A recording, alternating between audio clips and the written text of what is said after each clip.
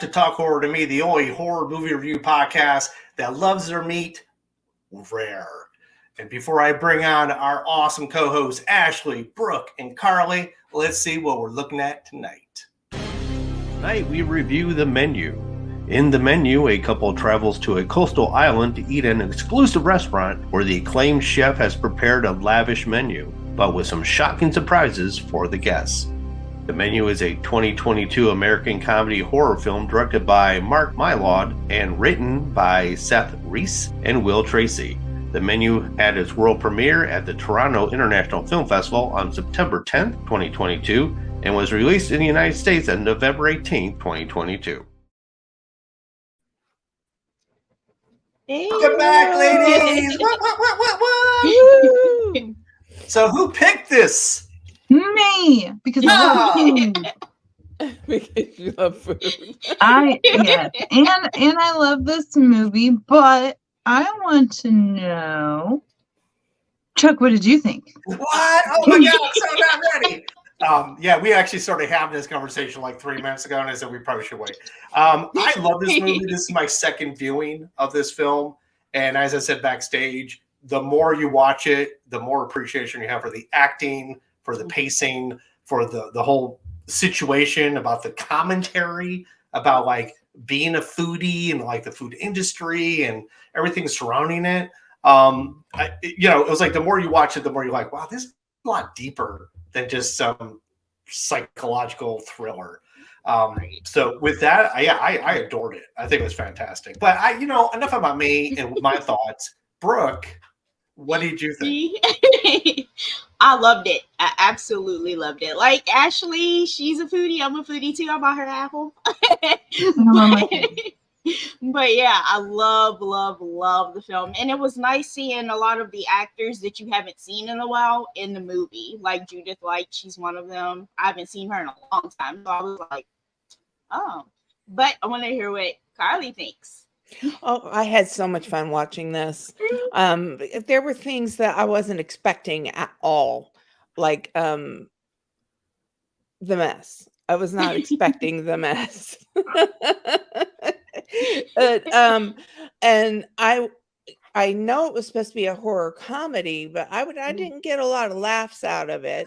But I didn't need to, because it was just it made you think. And when you get to the bros, all those men that were stealing money left and right and invoicing wrong. And yes, I was like, I was like, I knew something was off with those bros.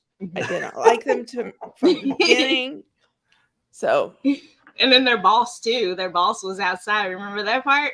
Oh yeah, their boss. Oh, he was an angel. He was an angel. He was an angel.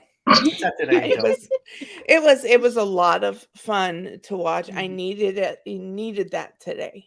I needed it. Yeah. Oh, yeah. The only opinion on this movie that I'm sad that we don't have guesting today to get their take on it is Gordon Ramsay, because how fun would it be to have like his opinion on this movie? Yeah, agreed. I just kept thinking this is like based off of Gordon Ramsay. Like this is him. Which is ironic because I heard tell that Gordon Ramsay is not Gordon Ramsay. That he does not act like that in real life, that they want him to push that persona to be different than who the real Gordon Ramsay is, which is why when you see him saving restaurants and doing those shows, it's a different person than Hell's Kitchen. Yeah. So, but yeah, to that point, I loved when you really pay attention to this movie and really listen to all of Ralph Fiennes' monologues and presenting of the dishes, and toward the end when he gives you a reason why everybody is there, like you really like start thinking, like, oh yeah, these people did ruin food. Yeah, like everything's become like the industry of the presentation of the food, not of the food. So yeah, I love it. I love how he lays it all out just like butter, like butter on bread that they didn't get in course 3. I was a tad bit upset with the actor who plays Renfield. That Nicholas Hoult. Oh, yeah. I was a tad bit upset with him, but So upset, which like leads us back to the pulling out your cell phone bit. yes. What is the point? Why? Especially knowing what was going to happen. Yeah. Where was it going? Yeah. You knew. Which is I weird. Go ahead, Brooke. No, you go. I was just gonna say, like, he seemed to be that dichotomy of he loved being a foodie. Mhm. Like he was ignorant of the labor that it takes to make great food. He just like thought he could just walk in and be like, "Oh, I know this. I have one of those at home," and act like he had put the time in to be like the sous chefs and the chef. So like it's like I appreciate that he appreciated it, but also thought he was a real douchebag. Oh yeah. Yeah. And he got called out on that big Oh time. yeah. I liked it when he like made him, what was it, a pork chop? Like had him make I think it was lamb. leeks and onion lamb chops or something. Oh wow. It was terrible. It was terrible. Just the sarcasm there. Oh, That's where yes. I was like, Yes. okay, now it's a comedy because like he was being so passionate and so genuine sounding, but it was full blown sarcasm. Oh, you're talking about Ralph Fiennes, where he's like, "Oh, everybody gather around! Oh, yeah, gather around! an innovative way of chopping leeks! Oh, let's all learn." So, yeah, I thought that like, but it just went and told you more about how far gone. Let me just get his name correct. Chef Slowick. Like what even the mess, even when Carly talked about the mess, that interaction between him and the sous chef was also very telling about where we were going, even before the mess happened. So I like him whenever they had the secrets on the, what was it, cake or was it a pancake or something? On the pancakes. Tortillas. Tortillas. Yeah, had all the secrets out on that. I was like, and he had them so detailed too. Well, he had that new laser printer, so he had to use it for something. I can't remember what he had on Tyler. Renfield. He taking pictures. Taking pictures during the actual trip. Like they took pictures of him taking pictures of the stuff. He's like, wait, this is pictures of me taking pictures of my dishes here. So he's like, and I'm so embarrassed. Yeah. But he just like the way he became very superior. Like, oh, you don't understand. You need to eat this. He was just he became his passion became obsessive and just douchebaggery at the highest level. But he got his. He did. He got the jacket and got his name written in Sharpie on it. I mean, what else could you ask for? I just want to know what was whispered to him. Oh, I'm pretty sure if we like wrote it down ourselves, it would be like, now you realize you know nothing about anything and you're a disgrace to humanity when it comes to food. And then a tear would be like, I can just picture that in Gordon Ramsay's voice. Yes. Yeah, pretty much that. Just call that a whisper and pretty much exactly what it was. But I want to talk about now, like, what were your favorites? So we can talk about food. We could talk about anything you want because there's not a lot of kills going on in this. So what did you guys think? So starting with Brooke, I know Brooke's on. I know you got dogs in the background. That's okay. But like, what was your favorite thing in the film? Okay, my favorite thing, I don't want to give any spoilers away, but my favorite part is at the end, whenever she took a bite out of the burger. The burger looks so good on one. But when she took a bite out of the burger and she's just watching the place go up in flames. Right. She looks so chill. So chill. I don't think she was chill, but what do you think, Ashley? What was your favorite thing? My favorite thing would have to be a line that was said, and it was when it was the girl time. I loved that. All the girls went inside and they were just kind of chilling, but they were talking about the menu and everything that was happening. And they're all trying to rationalize and like try to come up with this plan. And this woman's like, actually, that was my idea. Yeah. I'm really proud of that. Yeah, I love that. Yeah, I did. Carly, what was yours? I got to go with kill number 1, and that was the mess. The mess. The mess. Oh. And Yes. can I spoil it? Well, you already did. Yeah. Well, I mean, you can No, flirt no, you're around good. it, you know. Yeah. it was fantastic. Yeah. I went, oh my god. Yeah. It was definitely the Okay. turning point of the movie, Yes. going from this dry, slow build. It was like the water had finally come to boil Mhm. in that moment. And in that moment, you're like, oh shit, this is a completely different movie, and I need to start paying attention. So Yeah, I way to keep it on the food level. Yes. Water boiling. I really want s'mores. I know, me too. Although I don't really like s'mores, and I think Chef had it dead on that this American like grotesqueness of a s'more with all this, highly manufactured. I agree with him. I'm not a big s'mores fan, actually. My favorite part, I would have to say, is when toward the end, Margot / Aaron wanted to send her food back. I think that was another pivotal moment where everything is just desperate and dark, and where nobody's coming out of this.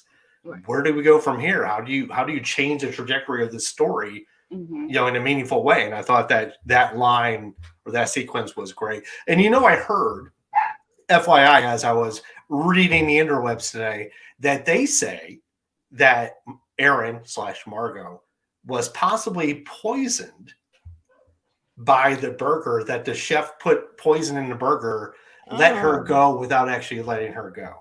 I don't want to believe that, because for me, that takes away from how everything goes down. But it was interesting that the conspiracy theory was out there today.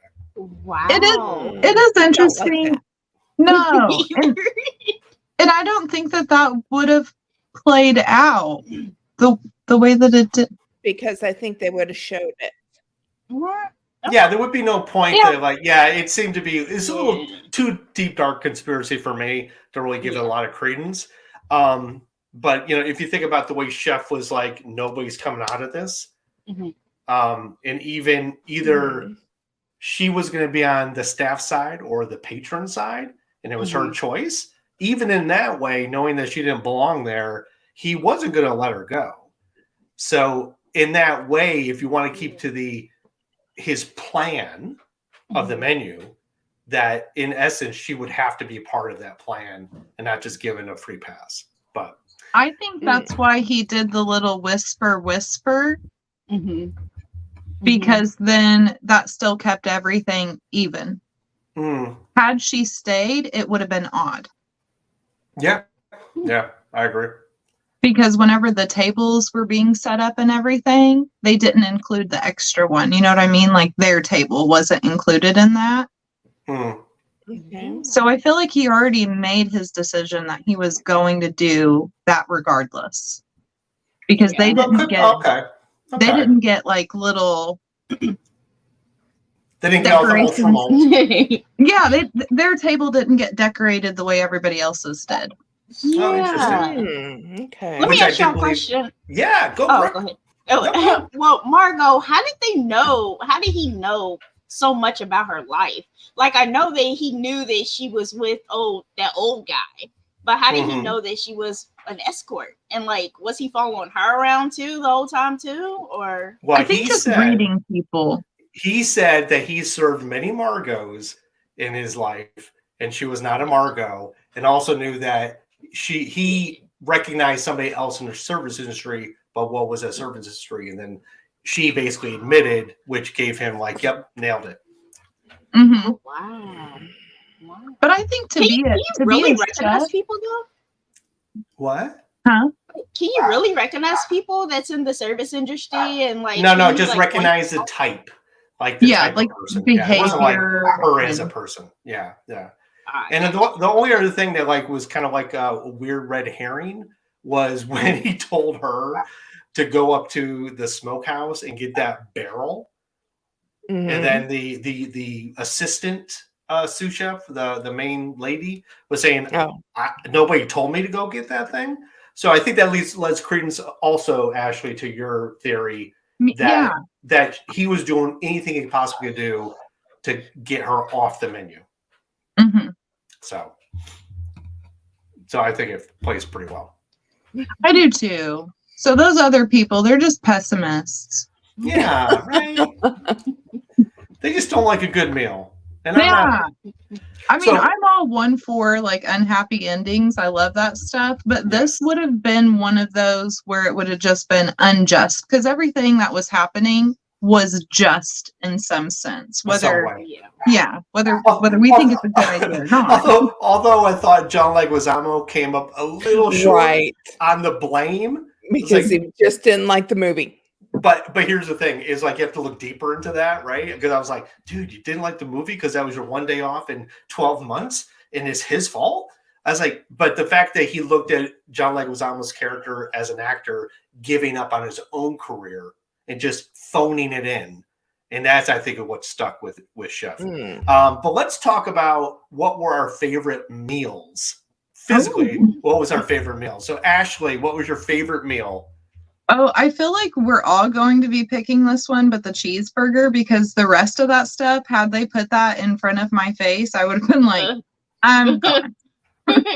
I said I like food, not ice. Not fungus. Yeah, what are you doing? All right. How about you, Carly? Oh, yeah, it's definitely the cheeseburger because, I mean, if they handed me something that was supposed to be for bread and tell me I wasn't going to get any bread, tell you what, there'd be a fight. I'm a carb girl. Yes. Right. Brooke, do you feel the same? You're going to go with the cheese? Okay. What was those little balls on the thing? Like, was that melons and cucumbers? I don't know. It was like I thought it was just like frozen water. Yeah, it was air. It was like bubbles that would disintegrate in your mouth. Now, while I want to go with the cheeseburger because that's what I want to eat, I did think that, aside from the mess, I felt that the breadless bread was pretty fantastic because of the story behind it. Of like, I love the fact that like this is common. You know, this bread is flour and water, wheat and water. It's like there's nothing else. It's for the common man, and none of you are common. Ah, man, I thought that was just. But then everybody was like, "Wait, but I want bread." Yeah. Like, I know I'm not common, but I want bread. Hey, bro, where's my bread? Can I get some bread over here at this table? So I did think that was kind of like the funniest sequence surrounding a meal or a course. I thought that was pretty funny. So anyway, but with that, how, my lovelies, are we going to rate this movie? So I guess we have to start. Well, Ashley, you have to tell us where we start. Yeah. Oh, let's go. Carly, what would you give this movie? I would give this movie 4.5 chocolate hats. That's good. Brooke? I give it a 4.8. I guess Falling Angels. Nice. Chuck? Well, you guys didn't take mine, so thank you so much. I'm giving this a full-on 5 tortillas. Oh my god! These are tortillas. Every time she said that, it just cracked me up. It's like, no, these are tortillas. So that's what I'm going. 5 of those. I don't care what kind of information you're putting on them. I'm all for it. And how about you, Ash? I'm going to give this a solid 5. Hey, honey, will you switch my seats? Because I don't want you to see the girl that I point. Oh, Lord. Yeah. Although, I totally agree with you. Although, what did you do? You just put your wife in the seat to look over your shoulder at said girl for the entire night.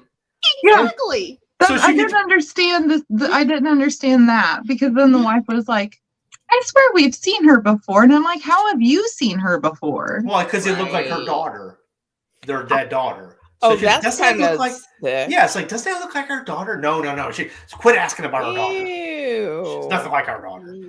And that was the whole subplot between said man and Margot, was that whole like Okay. he was paying her to basically, I don't know, stroke his ego and say, I'm a good father. That was a whole conversation that was in the office with the chef. Ashley's face the entire time is like, I thought that the whole time through the whole movie, I was so confused because I thought she was talking about the guy that she was with, paid her to say that. And I was like, that is so weird. Why would he do That's what I that? was thinking too. Yeah. But it was the other guy. I missed it. Okay, Yeah, everyone, that's what a I'm saying. spoiler you're going to want. Yeah, that's what I'm saying. You got to watch this movie multiple times because it just gets Right. better and better and better every time you watch it.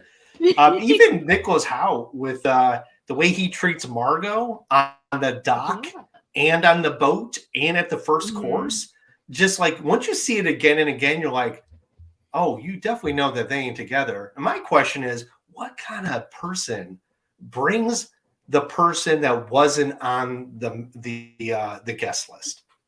Because he had to have. Have He to had have to a have table for two. two. That was insane. That just goes to the depth of what type of person this is and what he'll do to be a part of this. She smacked the shit out of him too. Yeah, she went over the table. Out of all That of was them, I fantastic. feel like he was the worst. Yeah. Because he knew. Yeah, He knew. basically put her to death, basically. He knew. Yeah, like I'm bringing you to the end of the line with me. I mean, I think they all had reason. You had the married couple who go do this twice a year, and it's just like going to the corner restaurant, and for them it's not an experience anymore. I get that's kind of that like the drivel of it. So why bother? The investors, obviously that's an angle that ruined the pureness of what he was doing. The foodie who thought he was all that, and then a guy who ruined his free Sunday afternoon. So, Me. And his assistant that stole money. That's his assistant. I thought that was his girlfriend. Oh no. Mm-mm. Yeah, you're right. But how wait, I'm funny. sorry, Carly. Now I missed something. Who stole money? The assistant was stealing from the actor, and the actor goes, "I know." And Oh, she goes, that "I know assistant. you know." Okay. Oh yeah. Okay. Phew. I thought we were talking about the chef's assistant. I'm like, what? No. Yes. I know you knew. How funny that they still paid. Yeah. Yeah. They were happy to throw down that. No, I got this. Yeah. Oh, and that was the one too. The critic and the magazine editor. I thought that the way they were playing off each other at every meal, I thought was spectacular as well. So well done. I was so sad that I wanted him to go too. I thought that he was a good person. The younger food critic. No, he was not. He wasn't. I don't remember what he did that was so bad. No, he was always just stroking the ego of the critic, the lady. Yes. He was a magazine editor or publisher. That's all he was. But he was always just, oh, whatever you think. First, he was like, oh, yeah, I think this is broken. And she's like, no, it's this. And he's like, oh, you're absolutely right. Yeah. You're right. It's that, what you said. Yeah. So he was just a yes man. Yeah. So he was just a yes man, just doing whatever she said to do. So I like it whenever the guy came in and tricked them all, he pretended like to be like saving them. And then he lit the she was like, candle. what? The fact that he did that to the actor, it was like he was a way better actor. It really was. I mean, he did pull a hammy though. You know, He did. He was the only one that was going to get away, but he pulled a hammy. I mean, even like what the one sous chef did to Chef about like the sexual harassment and just it was so well. I mean, like a meal, so well balanced in how it was all presented to us. So I loved how that was played out. So, any last words about this film, Ash? We'll give you final word. I feel like this is everyone's reminder to just go and visit your local family-owned restaurant. Get you some cheeseburgers and fries. You're going to be safer. That's true. Yeah, do not go to an island where there's no charter to go take you back. Agreed. No. Right. But what are we talking about next? Who's got next? That would be you. What? No. It can't be me because I'm not ready. Or am I? I was told by a coworker who loves this movie. It's called As Above, So Below. So I was like, oh, this person's been talking about it and loving it. So let me go find it. It was not on streaming yet. I was very disappointed. And then bam, all of a sudden now it's on Amazon Prime. Nice. So it is about a bunch of, you could call them treasure hunters, you could call them historians, but basically they end up in the Paris catacombs and all sorts of craziness ensues. And I'm super excited to watch it again because I thought it was like a found footage type of deal. So again, you're gonna like it, Carly. Anybody who doesn't like kind of the shaky hand cam, be prepared. It's not terrible, but it's not like Blair Witch terrible. Yeah, no. But yeah, I loved it. I thought it was great. Can't wait to see it again, and I can't wait to bring it to you. Yes, that's a good pick. It is really good pick. Thank y'all. Oh, my God. I do my best to do my duty for God and country. And this podcast, because what else is there in life? Oh. I mean, this is There's food. There's food, but not after this film. No, not after this. I'm gonna have to go I get was some not bread. eating at the time. I did like how Nicholas Hoult was just like, oh, this is great. He's just like all those little, oh my God, this is great.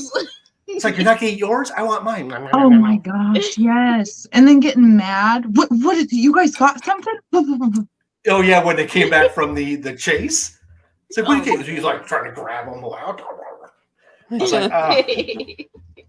Yeah, so for anybody, as you heard it here first, all of us love this film. Mm-hmm. It is not scary. It's not gory. It's just a solid piece of storytelling wrapped up in suspense and fine food. Yes. So with that being said, I'm going to wish my lovely ladies, my mavens of murder, a fond farewell until next week. Mwah, mwah, mwah. So I'm going to put you on the back.